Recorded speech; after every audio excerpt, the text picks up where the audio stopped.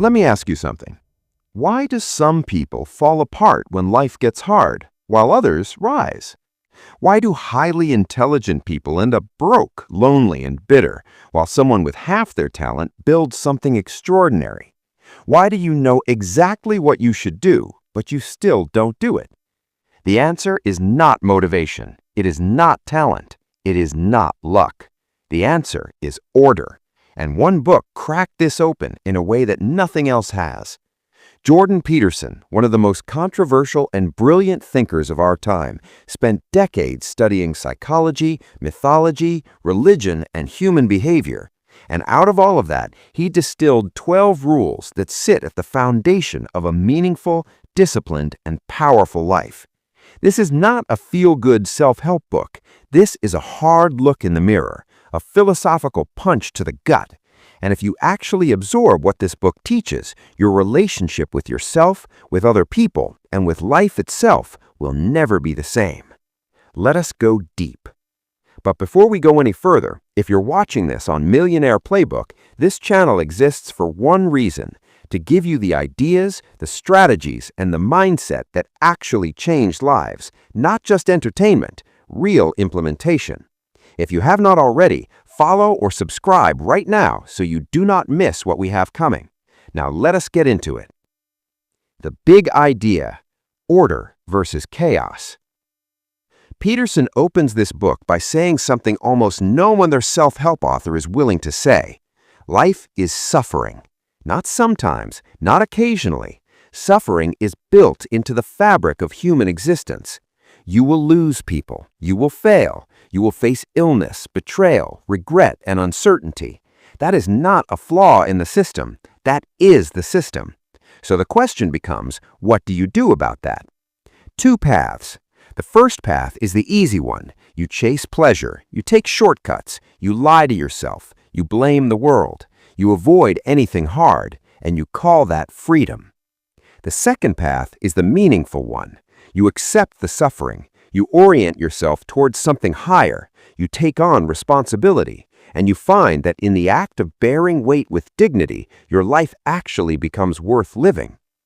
The 12 rules are a roadmap for that second path. Let's break them down one by one. Rule 1. Stand up straight with your shoulders back. This rule begins with lobsters. Yes, lobsters. Peterson tells us that lobsters, creatures that have existed on Earth for hundreds of millions of years, compete for territory at the bottom of the ocean. The winner of those fights gets the best territory, the best food, and the best chances of reproduction. The loser retreats. But here's the fascinating part. After a lobster wins or loses, its brain chemistry actually changes. The winning lobster produces more serotonin, it stands taller, moves more confidently, and is far more likely to win the next fight. The losing lobster shrinks, becomes cautious, and starts losing more fights. The exact same neurological system exists in human beings. When you are defeated, humiliated, or stuck in a low-status situation for too long, your brain produces less serotonin. Your posture collapses, your voice softens, you avoid eye contact, you become smaller, and the world responds accordingly. But Peterson isn't just talking about posture for the sake of looking confident. He's saying something deeper. Standing up straight with your shoulders back is a decision. It's the decision to say, I accept the world as it is. I accept that it is hard, and I am going to face it anyway. Not with pretended courage, with real courage, because you have decided that you are capable of standing under pressure. This changes how others perceive you. It changes how you perceive yourself, and over time, it changes what you are actually capable of. The action step is this. Every morning before you walk out the door, stand tall, breathe deeply, look forward, carry yourself like someone who has decided to engage with life rather than hide from it. It sounds simple, it's not easy, but it's the foundation. Rule 2. Treat yourself like someone you are responsible for helping. Here's something strange. Studies show that people are far better at following prescriptions and care routines for their pets than they are for themselves. You'll drive your dog to the vet, monitor its medication, and make sure it eats the right food, but you'll skip your own doctor's appointment, ignore your own medication, and eat whatever's convenient. Why? Peterson says most people don't consider themselves worth caring for. Not consciously, but deep down, there's a voice that says, I know all the bad things I've done. I know my failures, my secrets, my weaknesses. I don't deserve careful attention. This is one of the most destructive mindsets a human being can carry. Because if you don't take care of yourself, you can't take care of anyone else either. You become a drain. You become a liability. You become the person that others have to carry. Now, Peterson isn't saying you should be selfish or narcissistic. He's saying you should treat yourself like a good parent would treat a child they genuinely love. Not by giving that child everything at once, not by shielding it from all discomfort, but by asking, what does this person actually need to grow, to flourish, and to become capable? Then doing that for yourself. The practical application here is this. Write down what you actually need, not what you want. Sleep, nutrition, exercise, honest relationships, work that matters, and start treating those needs as non-negotiable. Not because you've earned it, because you're responsible for yourself, and that responsibility demands effort. If you wouldn't let a friend you care about destroy their health and ignore their potential, then stop letting yourself do the same. Rule 3. Make friends with people who want the best for you. This rule is one of the most misunderstood lessons in the entire book. Peterson tells a story about growing up in a small town in northern Alberta, a town where winters were brutal and entertainment was scarce, where many of the people he grew up with eventually fell into addiction, criminal records, and broken lives. He was compassionate. He tried to help some of his troubled friends, but he observed something important. Sometimes when you try to help someone who hasn't decided to help themselves, you don't lift them up, they pull you down. There's a popular idea that we should always give the benefit of the doubt, that loyalty means staying with someone through their destructive choices, that it's noble to sacrifice your own progress to keep a struggling person company. Peterson disagrees. He makes a distinction between someone who's down on their luck and genuinely trying to improve versus someone who's given up and now decided that their misery should be shared. If your friends don't celebrate your successes, they are not your friends. If your friends discourage your ambitions, they are not your friends. If spending time with someone consistently leaves you feeling worse about yourself and the world, that relationship is costing you something. The action step is this. Make an honest evaluation of the 5 people you spend the most time with. Ask yourself, do these people challenge me? Do they celebrate when I do well? Do they tell me the truth, or do they subtly undermine my efforts? Surround yourself with people who are genuinely trying to build something, who want you to succeed, whose example makes you want to be better. This is not about using people. It's about choosing relationships that elevate rather than diminish. Rule 4.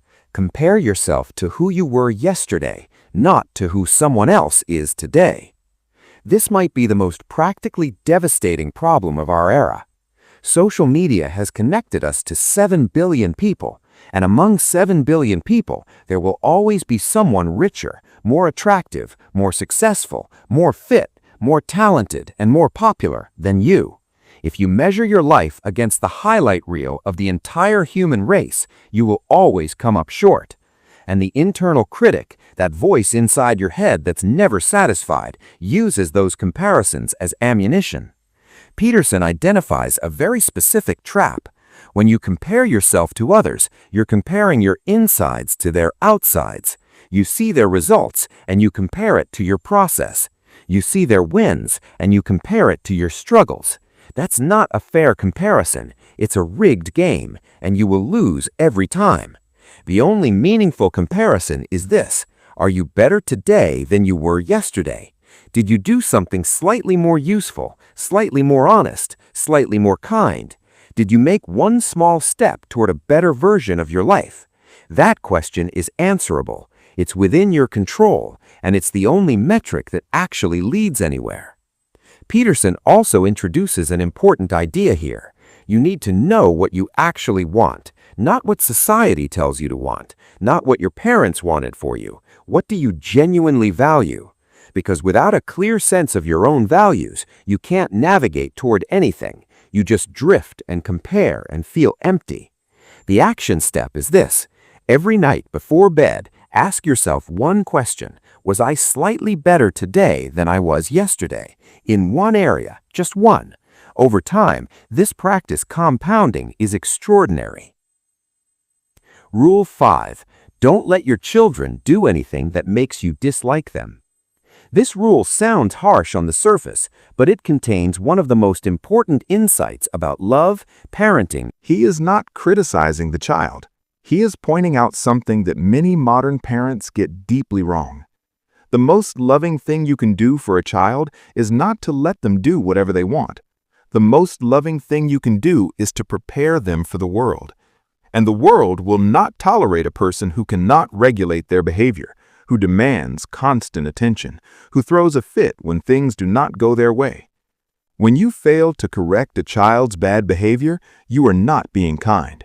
You are outsourcing that correction to the world, and the world is far less forgiving than you are. Peterson also addresses a cultural confusion here. There is a popular idea that discipline is the opposite of love, that structure is oppressive, that children should be left to develop naturally. But children need limits. Limits teach them where the edge of acceptable behavior is. Limits create safety. Within those limits, a child can explore freely and confidently. Without limits, a child is actually trapped because every environment becomes unpredictable and potentially threatening. The deeper principle here extends beyond parenting. It is about standards. What behavior do you allow from yourself, from the people in your life, from your organization? The standards you tolerate become the culture you live in. The action step is this. Define the non-negotiables in your life, the behaviors you will not accept from yourself or others. Then hold to those standards consistently, without apology, and with compassion. Next, Rule 6. Set your house in perfect order before you criticize the world. Peterson opens this chapter by discussing mass shooters, the Columbine killers, the Sandy Hook shooter, young men who became so enraged at the injustice of existence that they decided reality itself was unforgivable. These are extreme examples, but the impulse exists on a spectrum. How many people do you know who spend enormous energy criticizing the government, the economy, their boss, their family, the media, society, other people, while their own lives are in disarray? Their finances are a mess, their relationships are broken, their health is deteriorating, their habits are chaotic, and yet they have opinions on everything except themselves. Peterson says this is not an accident. Criticizing the world is easy. It requires no courage, no action, no vulnerability. It gives the feeling of moral superiority without the cost of self-improvement. But it accomplishes nothing. And here is the hard truth that this rule delivers. Before you can fix the world, you have to fix yourself. And most of the time, if you honestly fix yourself, you realize the world was not as broken as you thought. The framework is simple. Look honestly at your own life. What are you doing that you know is wrong? What are you avoiding that you know you should address? What lie are you telling yourself? What small act of disorder is making everything worse? Fix that first, then fix the next thing, then the next. Peterson calls this starting with what you have. You do not need a grand revolution. You need series of honest corrections made with courage and consistency. The action step is to write down 3 specific things in your life right now that you know need to change. Not 3 things wrong with the world, 3 things wrong with your own situation that are within your power to address. Then address 1 this week. Next, Rule 7. Pursue what is meaningful, not what is expedient. This might be the philosophical centerpiece of the entire book. Peterson begins with the observation that life involves suffering. And if you accept that, then the question becomes, what is the right response to suffering? The expedient response is to take whatever makes you feel good right now, the shortcut, the avoidance, the lie, the momentary comfort that makes tomorrow's problem worse. That is the path of least resistance, and it leads, reliably, to a smaller life. The meaningful response is different. It is sacrifice. Not suffering for suffering's sake, but the voluntary sacrifice of something in the present in exchange for something better in the future. A farmer sacrifices leisure time to plant seeds. A student sacrifices entertainment to study. An athlete sacrifices comfort to train. What makes a life meaningful is that it is oriented towards something worth striving for, something beyond immediate gratification, something that justifies the suffering inherent in being alive. Peterson pulls on an ancient idea here. In nearly every culture and religion in human history, the figure who is most revered is not the one who avoids suffering. It is the one who bears suffering voluntarily and with dignity in service of something higher. That is the hero's journey. And you do not need to be famous or extraordinary to live it. You just need to ask yourself, what am I willing to sacrifice today for something that actually matters tomorrow? And then you need to do it, without excuses, without waiting for motivation, without waiting to feel ready. The action step is this. Identify one area of your life where you have been choosing the expedient path over the meaningful one, where you have been taking shortcuts that you know will cost you later. Commit to one meaningful choice in that area this week, then build on it. Next, Rule 8. Tell the truth, or at least don't lie. This rule cuts deep. Peterson defines lying more broadly than most people do. A lie is not just saying something false. A lie is saying anything designed to manipulate your perception of reality to get what you want. It is withholding information to avoid conflict. It is pretending to agree when you don't. It is performing a version of yourself that is not real. And most of us do this constantly. We tell our boss we're fine when we're not.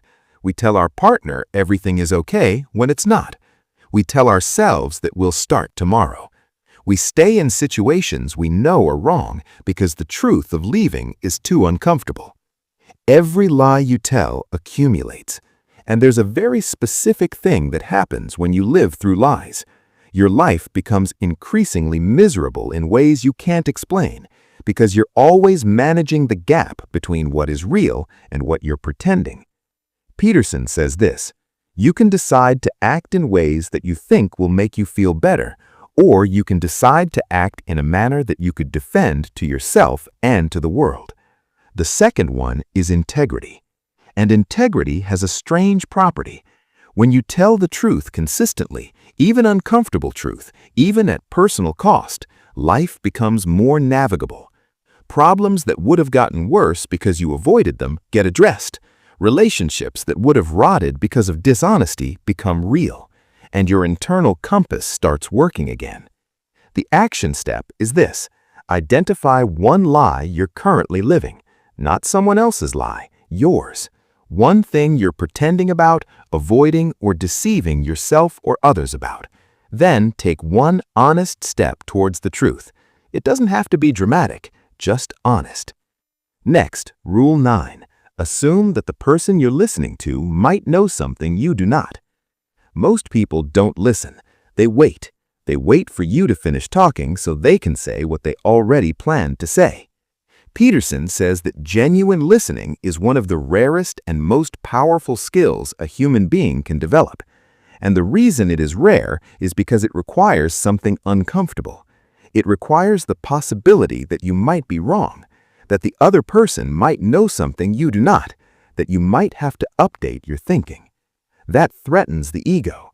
And so, instead of listening, most people argue, dismiss, or simply tolerate the other person's words while formulating their rebuttal. Peterson draws on his experience as a clinical psychologist. He says that genuine conversation is exploration. It is two people thinking out loud together, trying to get closer to the truth, not trying to win. There is an enormous practical benefit to this.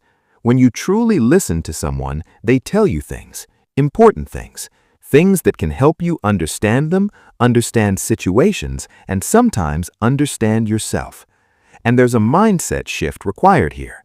You have to accept that being wrong is not a catastrophe. Being wrong and then correcting yourself is actually how human beings learn. It's a sign of intelligence and strength, not weakness. The action step is this.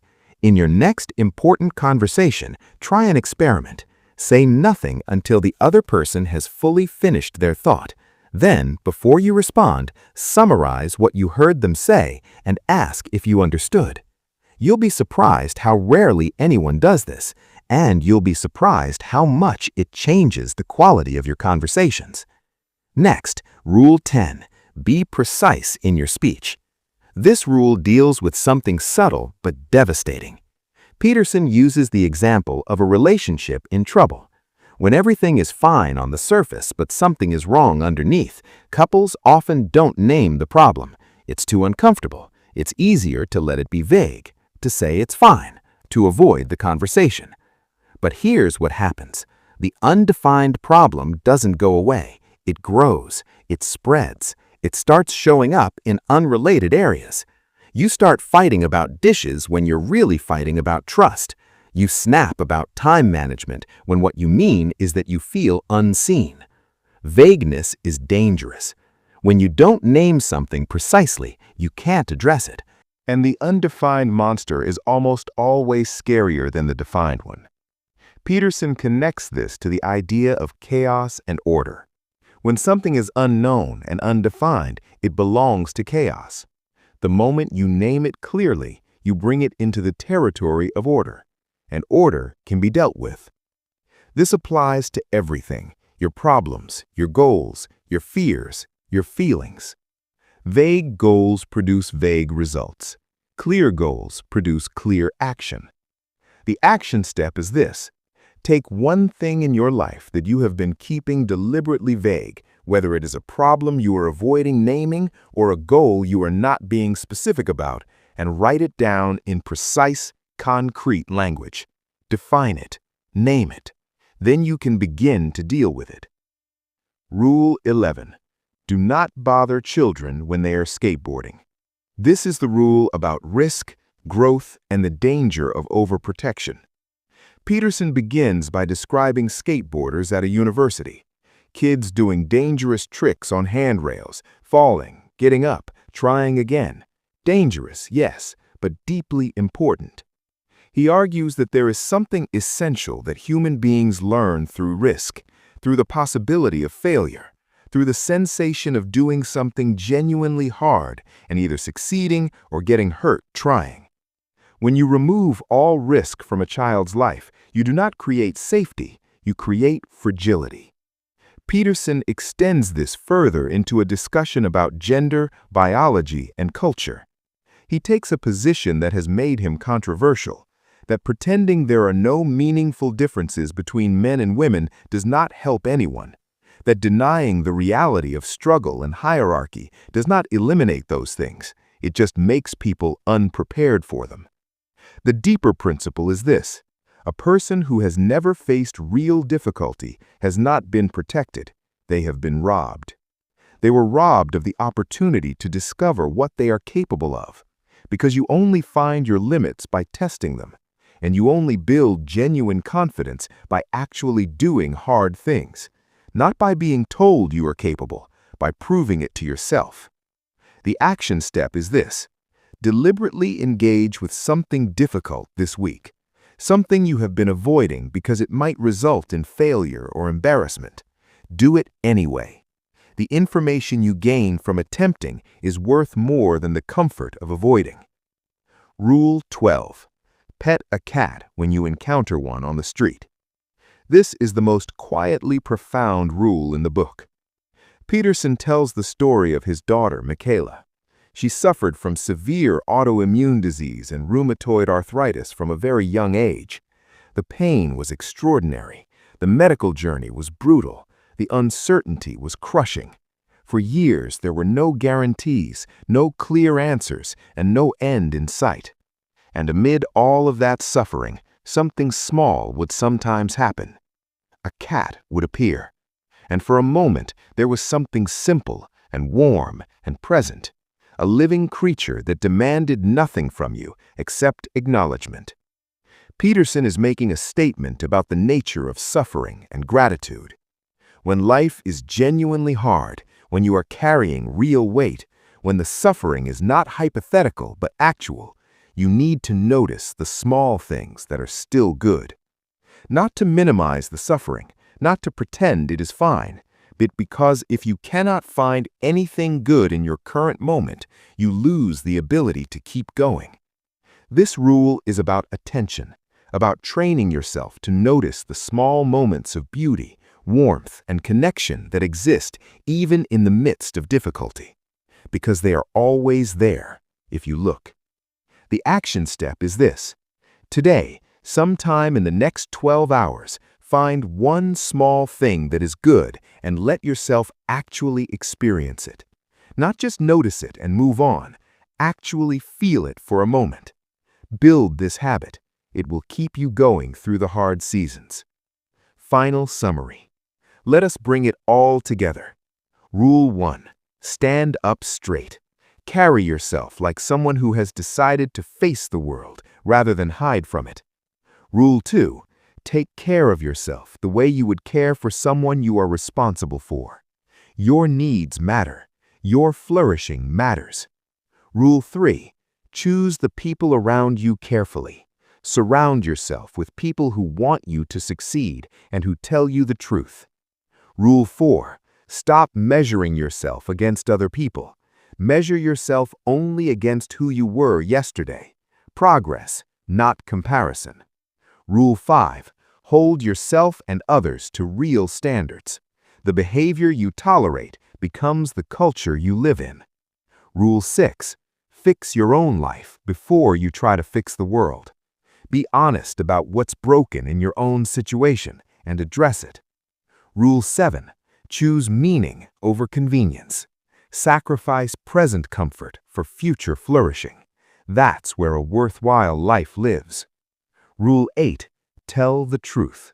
Stop managing the gap between who you are and who you pretend to be. Rule 9. Listen. Actually listen. You don't know everything, and the person in front of you might know something you desperately need. Rule 10. Be precise. Name your problems. Define your goals. Vagueness is where things go to rot. Rule 11. Do hard things. Take calculated risks. Do not protect yourself out of growth. Competence is built through challenge, not avoidance. Rule 12. Notice the small good things. Even in the middle of real suffering, there are moments of genuine beauty. Let yourself see them. These 12 rules are not a weekend program. They are a lifetime practice. Peterson is not promising you a simple life. He's promising you something better, a meaningful one. A life where you face what needs to be faced, carry what needs to be carried, and discover in the process that you are actually capable of far more than you thought. The chaos of life is real, but so is your ability to build order out of it. Start today. Not tomorrow, not when you feel ready. Today. Pick one rule, just one, the one that hit you hardest in this video, and do something about it before you go to sleep tonight. That's how transformation actually works, not in dramatic moments, in daily decisions. If this gave you something, share it with one person who needs to hear it. And if you're watching on Millionaire Playbook, subscribe and turn on notifications. Every week, we go deep into the books, ideas, and frameworks that actually move the needle in real life. Not motivation, not hype, implementation. See you in the next one.